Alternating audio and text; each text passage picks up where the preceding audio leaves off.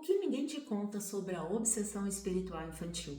Eu sou a Ariane, psiquiatra espírita, e hoje você está no Incorporando, onde falamos tudo sobre mediunidade, tudo mesmo. E a gente não pode deixar de falar de obsessão nessa playlist de mediunidade. Afinal de contas, Kardec dizia para nós que é um dos maiores escolhos da mediunidade. E então, eu também não poderia deixar de fora essa particularidade que existe da obsessão nas crianças. Inclusive, vou trazer aqui também o que está relacionado à saúde mental, puxando aí para o meu lado, como que a gente diferencia, quais são os sintomas, os sinais, qual que é o papel da família, e vou deixar aqui na legenda também os outros vídeos dessa série que eu estou fazendo sobre obsessão, além da playlist completa sobre mediunidade, né, gente? Lembrando que eu sempre faço um roteirinho para tentar deixar aqui o mais direto possível para vocês. E eu vou acompanhando enquanto falo aqui. Vou passar para vocês uma definição rápida do que é obsessão.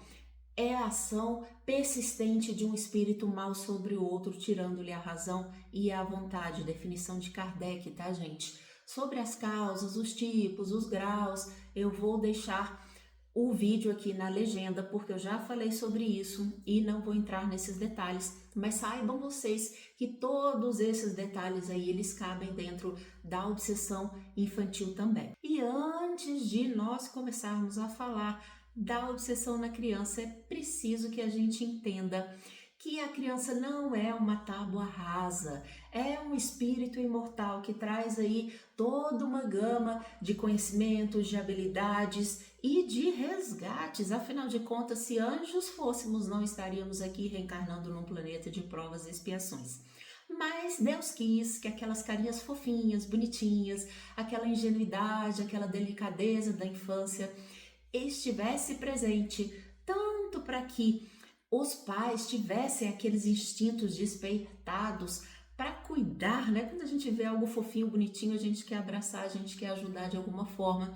E também essa delicadeza da infância facilita com que o espírito que vem reencarnar esteja mais brando, portanto mais aberto aos conselhos, à educação dos pais principalmente, mas de toda a sociedade na qual ele se encontra inserido. Mas a gente não pode se esquecer que ela reencarna tanto para o seu progresso, quanto ela reencarna trazendo sim todos esses resgates do passado. E que mesmo que ela esteja num processo obsessivo agora, e a gente pensa, meu Deus, mas ela é tão pequenininha e está sofrendo tanto, ainda assim nós temos que pensar que ela se encontra numa situação muito melhor aqui reencarnada. Ela pode estar vindo, não todos os casos, gente, em espiritismo, não existe essa coisa de 880, um caso é assim, todos têm que ser. Cada um vai ter aí as suas especificidades, mas essa criança, ela pode estar vindo de um longo período em locais do umbral, em locais menos equilibrados, onde ela estava sendo perseguida por esses espíritos, e quando ela vem reencarnar, isso facilita muito, porque quando ela entra no corpo, o próprio esquecimento do passado alivia a consciência dela, os remorsos, as culpas e a própria ação que esses espíritos têm também se torna menos direta. Por mais que eles influenciem, não é da mesma forma que ali no tete-a-tete quando estão desencarnados. Toda essa revolta, essa raiva que existe entre esses espíritos melhora muito quando eles reencarnam aqui. Essas obsessões, elas podem ter raízes muito profundas, principalmente quando começa com a criança ainda muito jovem. Uma outra coisa que se levanta é a questão dos anjos da guarda. Ah, mas uma criança não tem ali um anjo protegendo? No espiritismo, nós acreditamos que sim, todos temos um espírito protetor. A gente não usa essa palavra, esse termo anjo da guarda, até porque esse espírito protetor, embora por definição seja alguém com um grau de adiantamento maior do que o seu protegido, ele não é um anjo. Até porque se ele estivesse muito longe energeticamente ou de sintonia da gente, ele não conseguiria nos ajudar aqui. Como que é o trabalho desse protetor? Ele nos acompanha durante a vida inteira, embora ali na primeira infância ele tenha realmente uma atuação mais importante. Só que a atuação dele não é direta. Ele influencia por pensamentos, por ideias, magneticamente, mas ele não tira a vontade do seu protegido. Então, se você quiser fazer besteira, não é o seu anjo protetor ou o seu espírito protetor que vai ali te tirar do mau caminho. Ele vai tentar falar, olha, não faz isso, olha, não dá certo, olha, você pode ter esse problema, mas ele não consegue te demover de uma ideia que você queira realmente fazer. E lembrando aqui que a criança é um espírito imortal, portanto, ela traz essas ideias inatas e se ela pensar em algo ruim, se ela tiver remorsos, culpas, revoltas importantes, ainda que o corpo atenue isso, vai transparecer de alguma forma e vai dificultar o acesso do espírito protetor. Lembrando que esse espírito pode até mesmo se afastar, quando ele vê que os conselhos dele não servem para nada, para que ele vai ficar ali? Isso é menos comum na infância, até porque esse espírito ali, ele está também muito adormecido, de certa forma, vamos colocar nesse termo, não é o melhor termo, mas as suas atividades, elas estão, de certa forma, bloqueadas, porque aquele espírito não reencarnou direito, a verdade é essa. O cérebro infantil, ele não consegue absorver o cérebro do espírito milenar que nós somos, então a gente sim, mostra as nossas habilidades, as nossas tendências, mas não é uma ação completa sobre aquele corpo infantil. O espírito protetor, portanto, precisa estar mais presente para nos auxiliar aí nesses primeiros anos de reencarnação. Mas esse espírito protetor pode voltar, porque ele não some não, tá, gente? Ele se afasta, mas ele fica ali de bituca. Vai que a dona Ariane resolve melhorar, ele volta ali para perto da dona Ariane. E isso acontece durante toda a nossa vida. Mas voltando para o assunto da criança, esses instintos ruins que ela traz vão facilitar a sintonia do espírito obsessor. Se vocês viram aí os outros vídeos de obsessão, eu sempre estou falando da necessidade da sintonia. Ninguém consegue te obsediar, te perturbar se você não der guarida. E com a criança é a mesma coisa. É por isso que nós temos que lembrar que é um espírito imortal, trazendo aí as suas tendências negativas, ou mesmo de medo, de remorso, também abaixam a vibração e facilitam o acesso.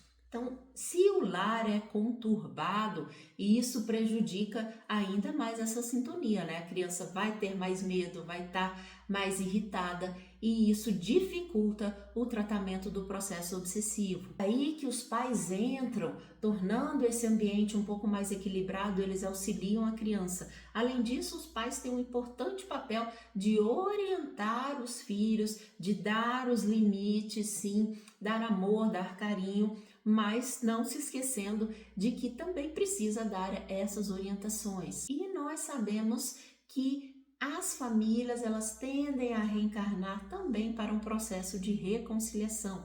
Muitas vezes o pai e a mãe são inimigos do passado, o filho, um do outro, às vezes um de cada um dos outros. E isso, é claro, facilita que o ambiente esteja lá não muito equilibrado, porque a tendência desses espíritos que não se gostavam muito quando colocados juntos é brigar. E uma das técnicas que os obsessores se utilizam é fazer com que essa família brigue, se desequilibre para que a sintonia baixe e facilite o seu acesso.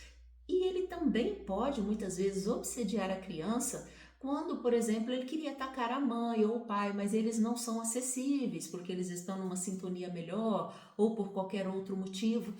E eles atacam então ali a criança para que essa criança fique mais irritada, mais medrosa, comece a fazer todo tipo de arte para que essa mãe e esse pai se desequilibrem também. E aí quando eles ficam irritados com a criança ou preocupados, eles abaixam a vibração e aí facilitam o acesso do espírito obsessor.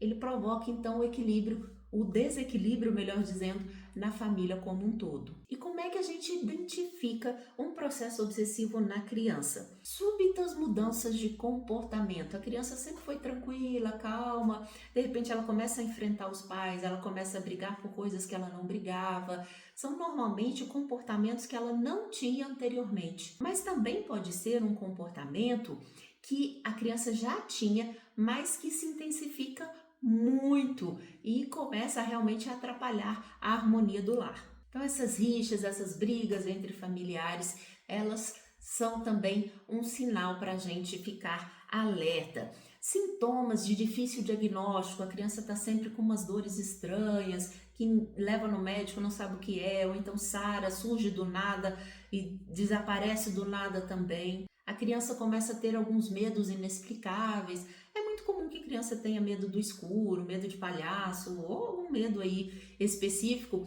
mas se ela começa a ter numa intensidade muito grande, a ponto de não dormir mais sozinha, e coisas que ela fazia antes e agora começa a ter um medo importante, isso também é um sinal de alerta para nós. Falas estranhas, essa criança não devia saber determinada coisa e do nada ela solta aquilo. Como é que ela sabe? Ela pode sim ter recebido uma influência para falar aquilo, vamos supor aí de até algum segredo da família, ou um irmãozinho que morreu aí antes dela e ela nem tinha esse conhecimento e ela fala daquele irmão. O próprio surgimento de transtornos mentais. Não estou dizendo aqui que todo transtorno mental é igual ao processo obsessivo, mas essa criança que está sempre irritada, que está sempre com medo, ela pode desenvolver um transtorno de ansiedade, até uma depressão, e em casos mais graves, sintomas psicóticos, começa a ver coisas, ouvir vozes. E aí eu aconselho realmente fazer uma avaliação neurológica, uma avaliação psiquiátrica para descartar se não tem nada orgânico ali acontecendo nessa criança, porque pode ter e a gente não pode achar que tudo é espiritual. E ainda que seja, existe uma doença psiquiátrica instalada ali, como uma ansiedade, uma depressão, vale a pena medicar, vale a pena essa criança ser levada para terapia. E quando a criança faz terapia, muitas vezes é recomendado também que a família como um todo faça terapia, ou os pais e os irmãos, porque lembrem-se que o ambiente como um todo é afetado por esses processos. E ainda que não haja um processo obsessivo, uma criança com um transtorno mental numa família desequilibra muito.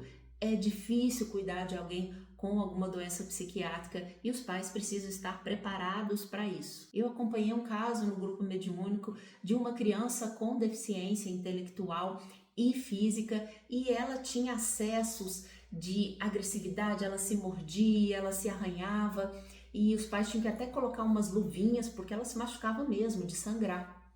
E ela fazia um tratamento lá no grupo mediúnico de desobsessão. E os espíritos contavam pra gente que nos momentos em que ela tinha alguma lucidez espiritual, claro, ela se lembrava dos remorsos que ela tinha e ela acabava se machucando, se culpando e achando que ali ela deveria se machucar porque ela não era merecedora, e os espíritos, claro, se aproveitavam bastante disso. No capítulo 7 do livro No Mundo Maior, a gente tem uma descrição também de uma criança com deficiência bem grave, que ali estavam dois obsessores, e ele tinha decretado a morte de muitos compatriotas durante uma guerra, e o mentor ali conta para nós que já tinha 2 séculos que ele estava no plano espiritual sendo atormentado por esses espíritos que não o deixavam em paz. E quando ele reencarnou, finalmente quis se modificar,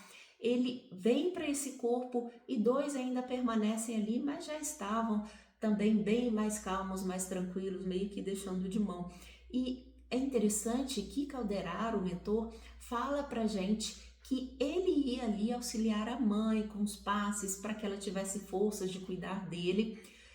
E a parte mais importante, gente, ela tinha um horário fixo para prece e ele aproveitava esse horário fixo para prece para fazer esse socorro. Olha aí a importância de ter uma prece e mais ainda ter um horário fixo em que você se retire para fazer uma prece. Ali naquele momento, gente, os espíritos se aproveitam para nos equilibrar, para nos auxiliar. A gente abre a nossa mente, a nossa sintonia e ficamos mais propícios a receber as boas energias.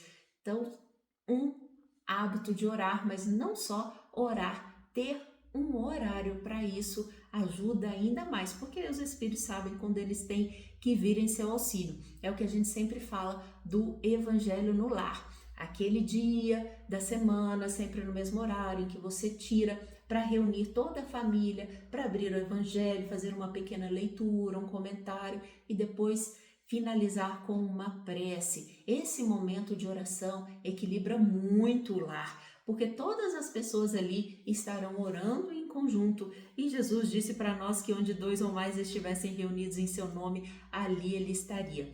E eu recebo muita pergunta: mas o meu marido não quer participar, os meus filhos não querem. O ideal é que todos participem, mas a gente sabe que nem sempre todos vão aceitar ou vão estar presentes em todas as reuniões. Mas faça você.